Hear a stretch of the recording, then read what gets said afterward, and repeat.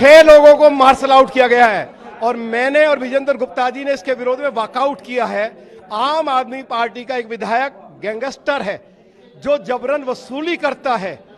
दिल्ली की सरकार ने हजारों करोड़ रुपए के घोटाले किए हैं, उन पर चर्चा नहीं हो रही है। दिल्ली की समस्याओं पर चर्चा नहीं हो रही है, मणिपुर पर चर्चा करवा रहे हैं। मणिपुर में पहले से ही देश की पार्लियामेंट में चर्चा हो चुकी है और देश के ऑनरेबल प्राइम मिनिस्टर ने लाल किले के ऐतिहासिक प्राचीर से मणिपुर पर अपनी सरकार की स्थिति स्पष्ट कर दी है।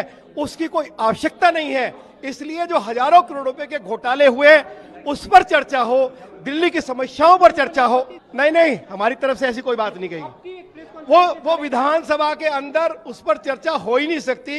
ये विधानसभा के अधिकार क्षेत्र में ये मुद्दा आता ही नहीं है। दिल्ली विधानसभा केवल जो दिल्ली विधानसभा से रिलेटेड मुद्दे हैं उन्हीं पर चर्चा कर सकती है। अभी हम आ रहे हैं, वॉकआउट कर दिया, हम धरना लगाएंगे। यहाँ पर पूरी तरह केजरीवाल जी हिटलरशाही कर रहे हैं। केजरीवाल जी दिल्ली की सरकार में विपक्ष की आवाज को दबा रही है और ये सत्तारूढ़ दल पूरी तरह से नियम और कानून को धता बता रहा है और इसलिए हमने वॉकआउट किया है। हमारा कहना है शीश महल के बारे में जब हम बात करते हैं उसको दबा दिया जाता है। शीश महल पर चर्चा करो, हम शीश महल पर चर्चा की मांग कर रहे थे।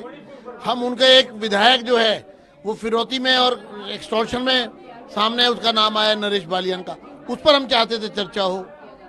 दिल्ली के विषयों पर हम चाहते हैं चर्चा हो। हमने ये नहीं कहा, हमने कहा इस असेंबली के परव्यू का वो मुद्दा नहीं है, वो पार्लियामेंट में उसकी बात हो चुकी है।